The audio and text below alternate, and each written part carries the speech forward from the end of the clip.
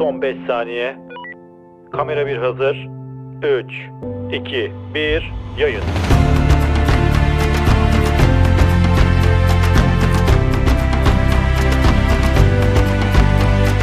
TV 111 hayatında yeni bir pencere açıyor. 24 saat canlı yayın ve zengin içeriğiyle eşyaya, bilgiye, düşünceye, kültüre, medeniyete, hakikate, hayata ve ötesine dair bir pencere.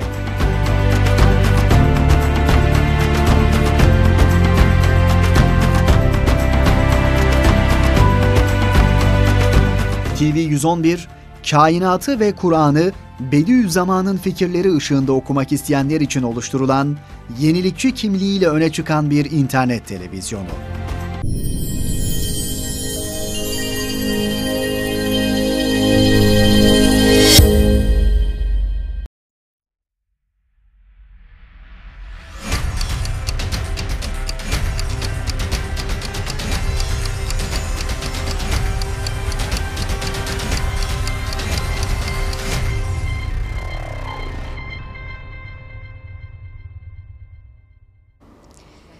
TV 111 ekranlarında İstanbul'un tarih kokan önemli muhitlerinden vefada yer alan İstanbul İlim ve Kültür Vakfı'nın terasından herkese selamlar.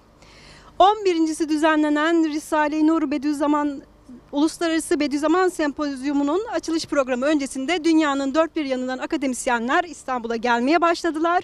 Kur'an ve sünnet rehberliğinde bir iman hizmeti müsbet hareket konusunu ele alacaklar. Biz de sempozyumun sponsoru olarak sizinle özel yayınlarla birlikte olacağız. İlk misafirimiz Uluslararası Malezya İslam Üniversitesi'nden Aişe Baraka Abubakr. İnşallah sorularımızla başlayabiliriz. Hoş geldiniz. Welcome. Thank you so much. Bize kısaca kendinizden bahsedebilir misiniz? Daha önce bir Risale-i Nur sempozyumuna katıldınız mı? Can you introduce yourself? Have you ever been to a Risale-i Nur symposium before?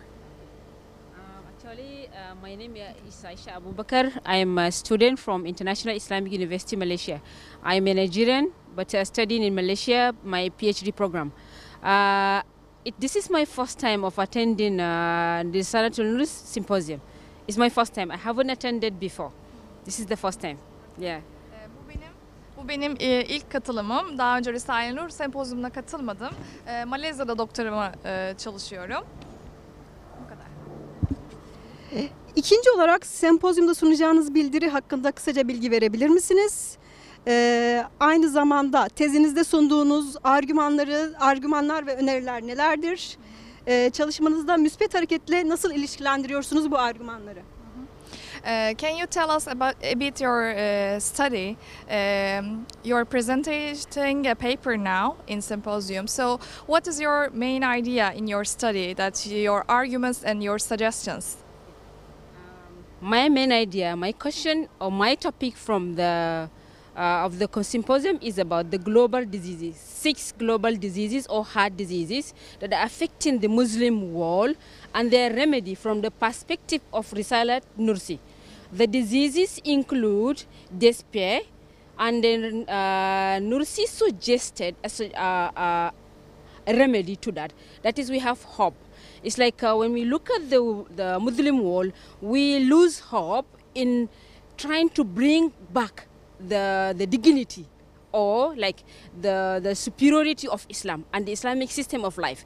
So he said hope should be our way of reviving such a thing. We need to have hope in ourselves. We shouldn't like rely on the West totally. We should have hope and then look back into what happened during the time of the Prophet ﷺ and the companions. From there we can help ourselves and solve that kind of problem. The second one is the seeds. Okay. Ben çalışmamda dünyayı etkileyen global 6 hastalıktan bahsettim. Risale-i Nur'un Bediüzzaman Said Nursi Hazretleri'nin öne sunduğu bu 6 hastalığa verdiği şifalar, tedaviler nelerdir? Ve Müslüman dünyası olarak biz bu hastalıklara tedavileri nasıl kullanabiliriz diye bu konu üzerinde çalışmamı sundum. Çalışmamda bu 6 hastalıktan öncelikle Y'si ele aldım. Şu anda da İslam aleminde ciddi bir ümitsizlik var biliyorsunuz ve bu ümitsizliğe karşı çözüm olarak Üstad Hazretleri bizden ümit var olmayı öne sürüyor. Bunun ümit var olmak yani şu demek değil, tamamen ümitsiz olup batıya sırtımızı dayamak şeklinde değil de geçmişimize bakmak, Efendimiz Aleyhisselatü Vesselam'ın hayatından bugüne kadar yaptığımız hatalara ve o zamanda olması gereken güzel şeylere odaklanarak bu yes hastalığından kurtulmak. The other disease is deceit. Like we are deceiving ourselves, we do things without honesty. So the solution to that is, like he said, we should be honest to ourselves. We should be honest with anybody, our interaction, our relationship with our Creator. There should be honesty in it in order to achieve and be cured from the disease. İkinci hastalık da hilekarlık hastalığı. Bediüzzaman Hazretleri bu hastalığa dürüst olmayı, sıdk, sadakat kanunu getiriyor. Biz başta kendimize ve diğer insanlara karşı dürüst olmazsak bu hastalıktan kurtulamayız. And the other one is we have enmity among ourselves. We don't love ourselves. So we are not enemies. Innamal mu'minuna ikhwa. We are supposed to look into that direction that we are ikhwan, all of us. So we should love each other, as suggested by the Risale of Nur. The love of each other is another solution to this kind of disease of enmity. We hate each other. We don't love each other. Why we have common enemy. And we have enmity within ourselves. We should face the common enemy instead of facing ourselves as enemies. So to do that, we should love ourselves. Üçüncü hastalık olarak da husumet hastalığı. Dünyada bir kere bu hastalık diğer Müslümanları veya diğer insanları düşman olarak görmemizle başlıyor. Ama Bediüzzaman Hazretleri bu hastalığa karşı öncelikle kendimizi sevmemizi ve daha sonra diğer insanları sevmemizi, onları İslam aleminde, tüm dünyada, kainatta birer ihvan olarak, kardeş olarak görmemiz gerektiğini söylüyor. Böylelikle husumet hastalığından kurtulabiliriz. And the other disease, number 4, is disunity. We are disunited.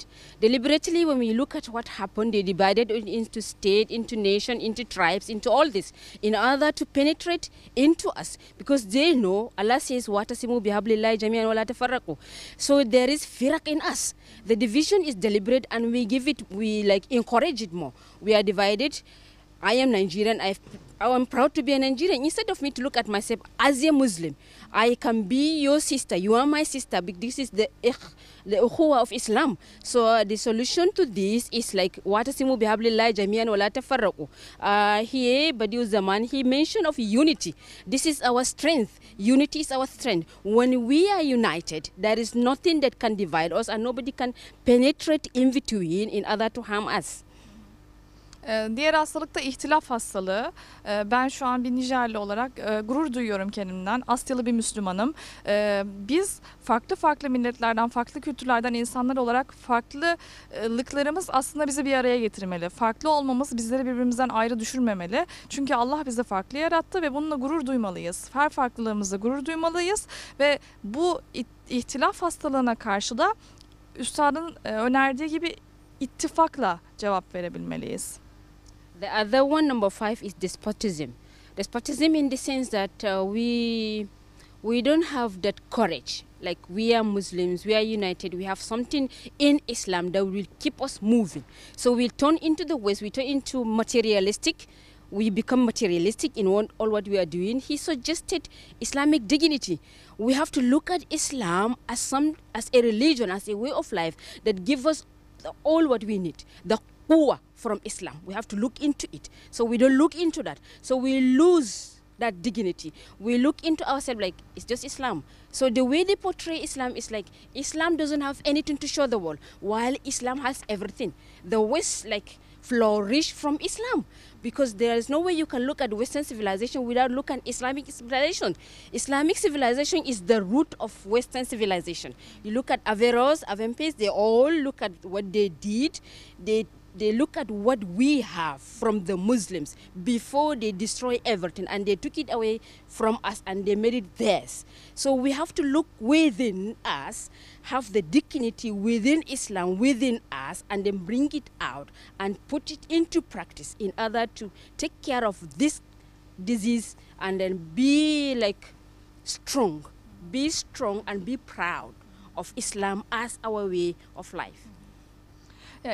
Diğer hastalık da istibdat hastalığı. Bugün günümüzde Müslümanlar olarak biz İslamiyet'i ya işte sadece İslam deyip arkaya atıyoruz. Ama İslamiyet aslında öyle bir şey ki biz İslamiyet'in özlerine inip onu kendimizi güçlendirmek için kullanmalıyız. Ve oradan güç alıp İslamiyet'in her şey olduğunu aslında kabullenerek belli bir izzete sahip olmalıyız. İstibdat hastalığına karşı şifa olarak hani Risale-i Nur'da belirtilen İzzet kısmı aslında bize bunu sağlıyor. Güçlenmeliyiz, gurur duymalıyız ve izzetimizle İslamiyet'e hizmet etmeliyiz.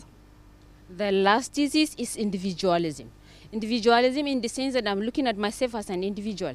I don't look at another person as my brother, as my sister, as a Muslim.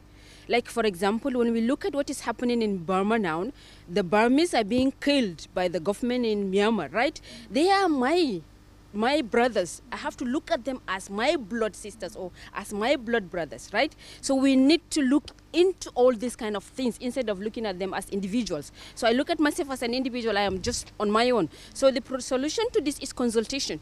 We consult each amruhum shura bainahum, right? So we consult each other in anything we are doing. We consult. By consultation we progress. This is the problem, how to solve it. Okay, we do this, we do that, we do this, we do that.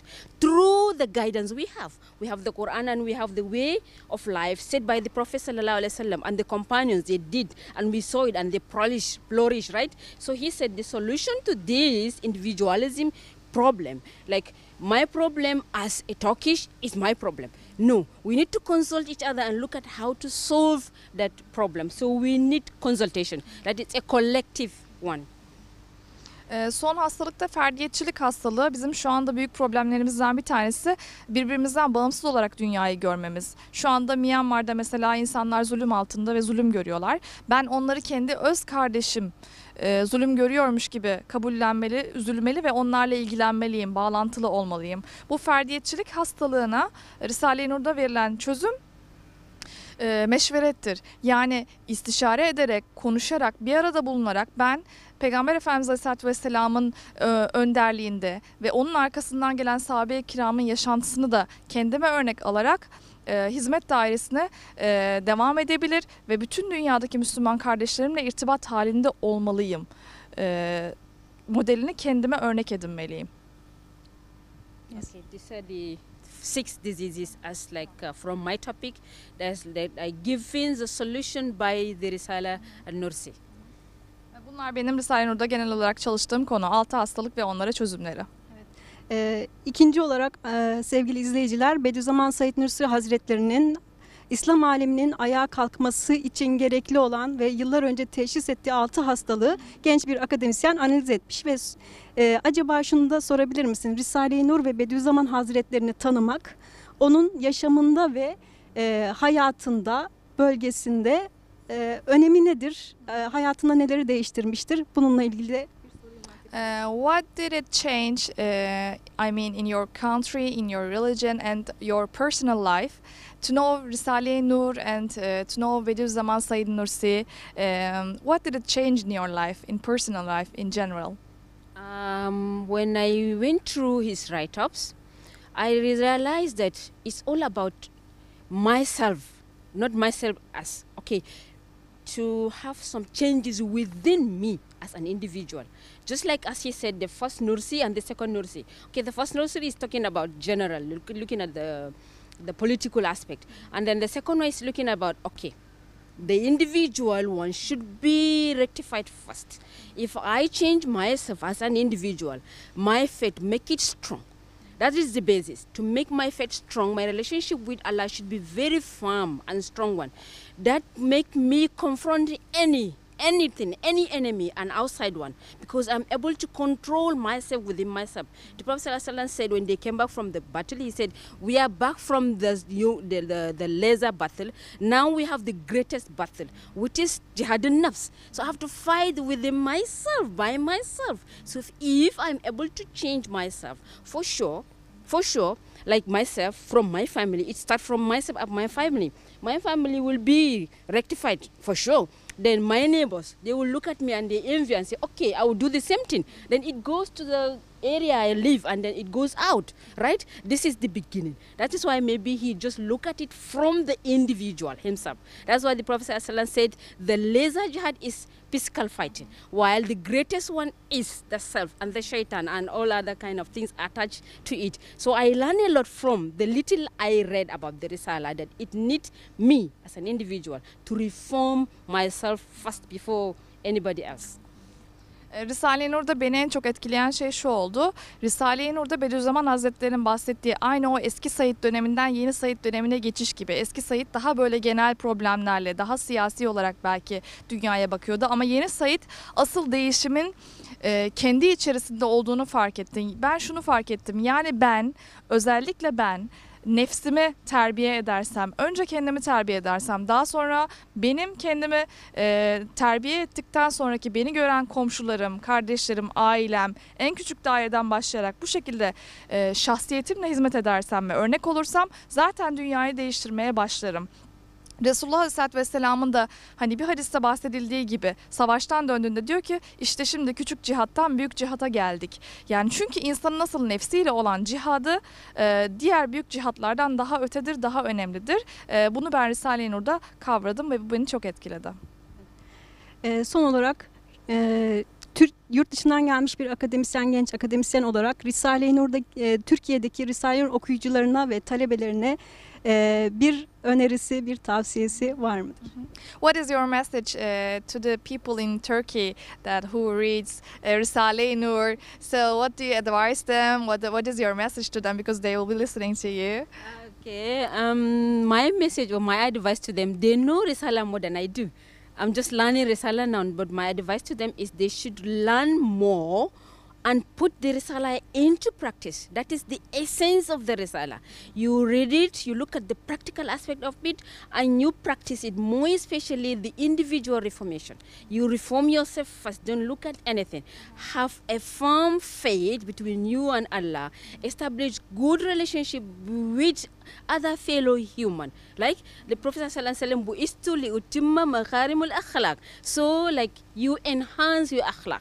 And then you have a very good life to live. You have everything in your country, so you have to put it into practice. Aslında bence ben zaten Risale-i Nur okuyan birisiyim. Ama benim onlara tavsiyem şu olur. Risale-i Nur'u okuyup kesinlikle ama kesinlikle hayatlarına geçirmek. Çünkü Risale-i Nur okunacak ve okunduktan sonra hayata konulacak. Hayata konulduktan sonra bir anlamı var. Zaten çok güzel bir ülkede yaşıyorsunuz. Bu ülkede Risale-i Nur'u okuyup hayatınızda geçirirseniz Allah'ın izniyle Peygamber Efendimizin de söylediği gibi güzel ahlaklı insanlar olabilirsiniz. Kendisine çok teşekkür ediyoruz. Thank you so much. Thank you very much. Evet sevgili izleyiciler, böylelikle 11. Risale-i Nur Sempozyumu'nun 11. Uluslararası Risale-i Nur Bediüzzaman Sempozyumu'nun açılışı öncesindeki çalışmalar devam ediyor ve inşallah özel yayınlarımızla TV 111 ekranlarında sizlerle birlikte olacağız. Ve açılışı pazar günü 1 Ekim'de saat 10.30'da Haliç Kongre Merkezi'nde olacak. Hepiniz davetlisiniz.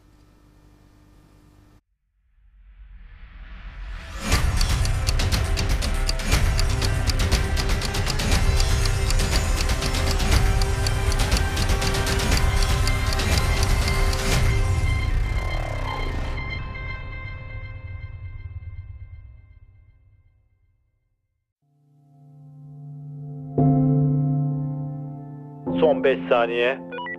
Kamera 1 hazır. 3, 2, 1, yayın.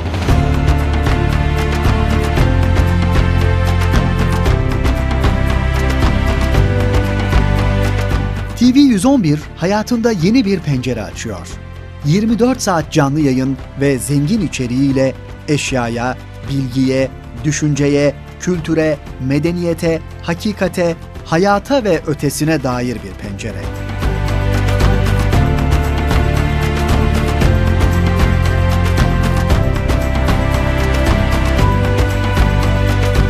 TV 111, kainatı ve Kur'an'ı Bediüzzaman'ın fikirleri ışığında okumak isteyenler için oluşturulan, yenilikçi kimliğiyle öne çıkan bir internet televizyonu.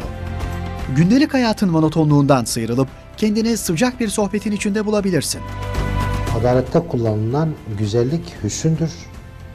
Ama çiçekte kullanılan güzellik de cemaldir. Merhamet duygusunun, karşılıklı saygı olayının kalkması, sadakat ifadesinin gündemlerinden düşürülmesi meselesi, hürmet ve sevgi gibi eşleri birbirlerine bağlayan çok ciddi manevi bağlardır. Bu bağları, bu duyguları da tesettür aslında muhafaza etmektedir. Hüzün niye verildi sana? Bu kalbin bu hüzünle neyi arzu ediyor? Bir dostu arzu ediyor, bir sahibi arzu ediyor. Mukabelesiz hediye kabul eder bir durumda olsa, verdiğim iman dersinin kıymeti